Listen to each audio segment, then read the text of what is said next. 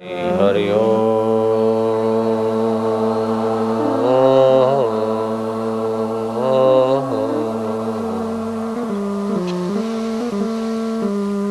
नारद जी, कभी कभी मैं वैकुंठ में नहीं होता हूँ, योगियों का हृदय लांग जाता हूँ, लेकिन जहाँ मेरे भक्त संत हरि नाम कीर्तन करते हैं वहाँ उनके हृदय गुफा में तो मैं अवश्य आनंद और शांति के रूप से प्रकट होता हूँ।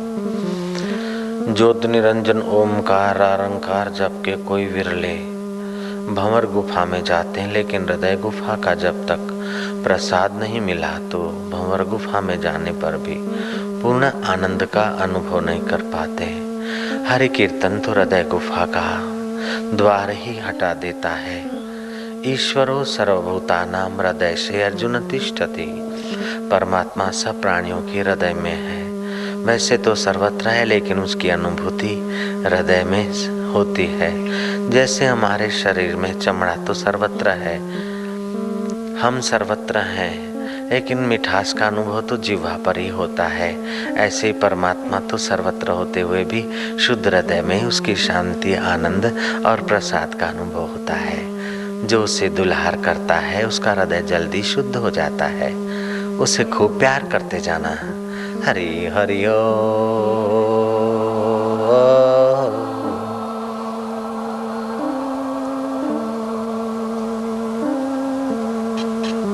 मधुर मधुर पावन पावन आत्मानंद को, परमेश्वर को, अपने इष्ट देव को, अपने चैतन्य स्वभाव राम को स्नेह करते जाना है। हरि हरि हो।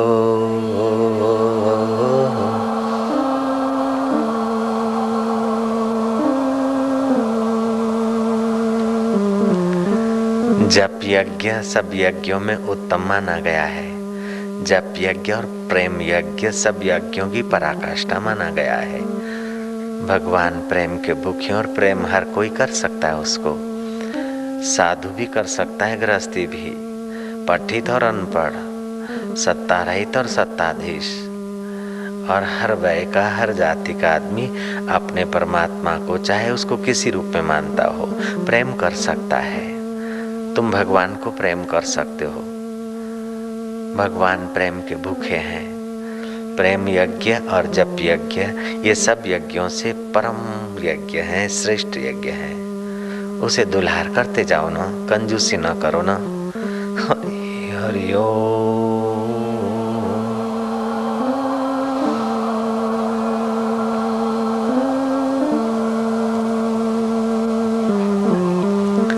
मधुर मधुर आनंद, अनुपम आनंद, अलौकिक आनंद, आत्मा आनंद, ईश्वरीय आनंद, प्रभु प्रेम के आनंद से तुम्हारे दिल को विकसित हो जाने दो।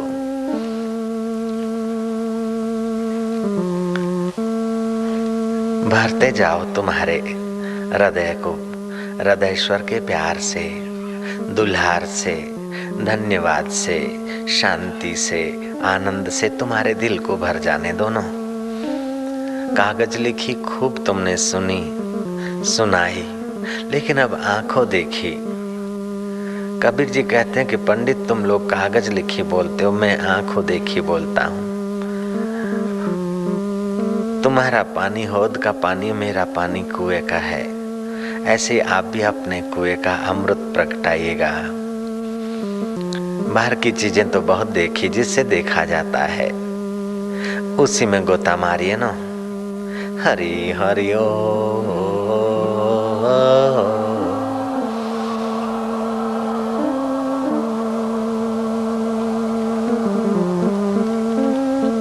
बाहर की चतुराई तो मन ने बहुत की। ऐसी चतुराई को तुलसीदास जी कहते हैं चूल्हे में डालो। जो भगवत प्रसाद से रहित जीवन बिताती है वो चतुराई चूल्हे पड़ी। चतुराई चूल्हे पड़ी, पूर्व पर्यो आचार, तुलसी हरि के भजन बिन चारो वरन चमार। तुम तो हरि को प्यार करो, यही हरि का भजन है ना। हरि के रस में सराबोर हो जाओ, दिल के मंदिर में प्रवेश पालो। हरि हरि ओ।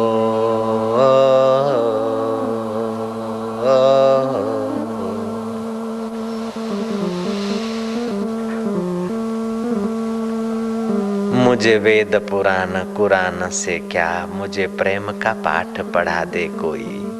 मुझे मंदिर मस्जिद जाना नहीं, मुझे भीतर के मंदिर में पहुंचा दे कोई। हरि हरि हो,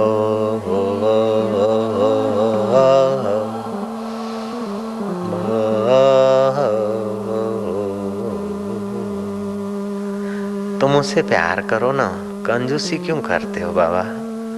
हरि हरि हो।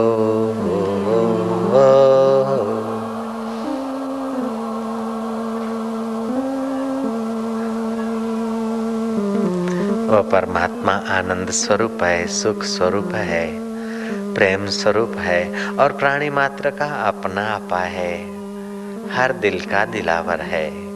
हरि हरि ओ।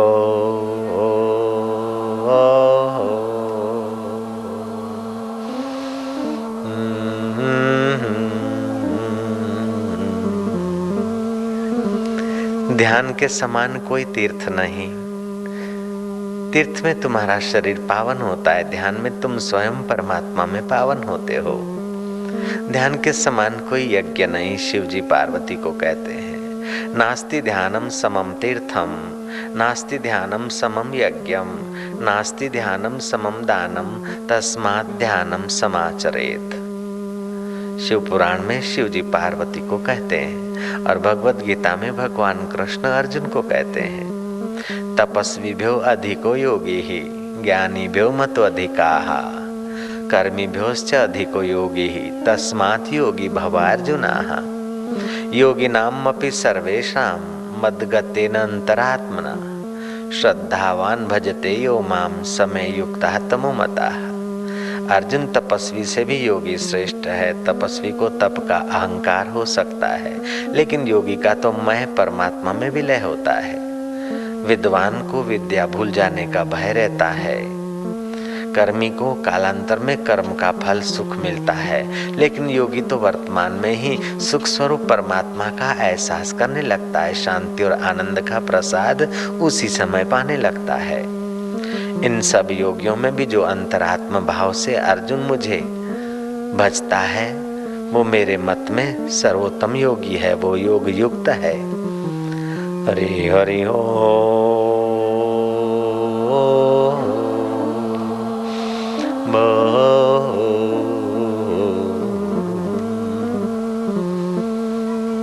खूब आनंद एक ही तो है ना। ओम ओम आनंद, ओम ओम शांति, ओम ओम एक ही तो है। अनेक रूप में वह एक ही तो है।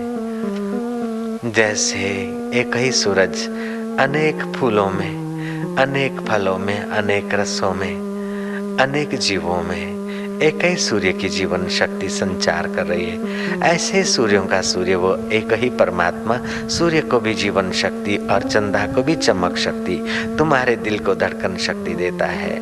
वही आनंद स्वरूप है, वह प्रेम स्वरूप है, वह सुख स्वरूप है। हरि हरि हो।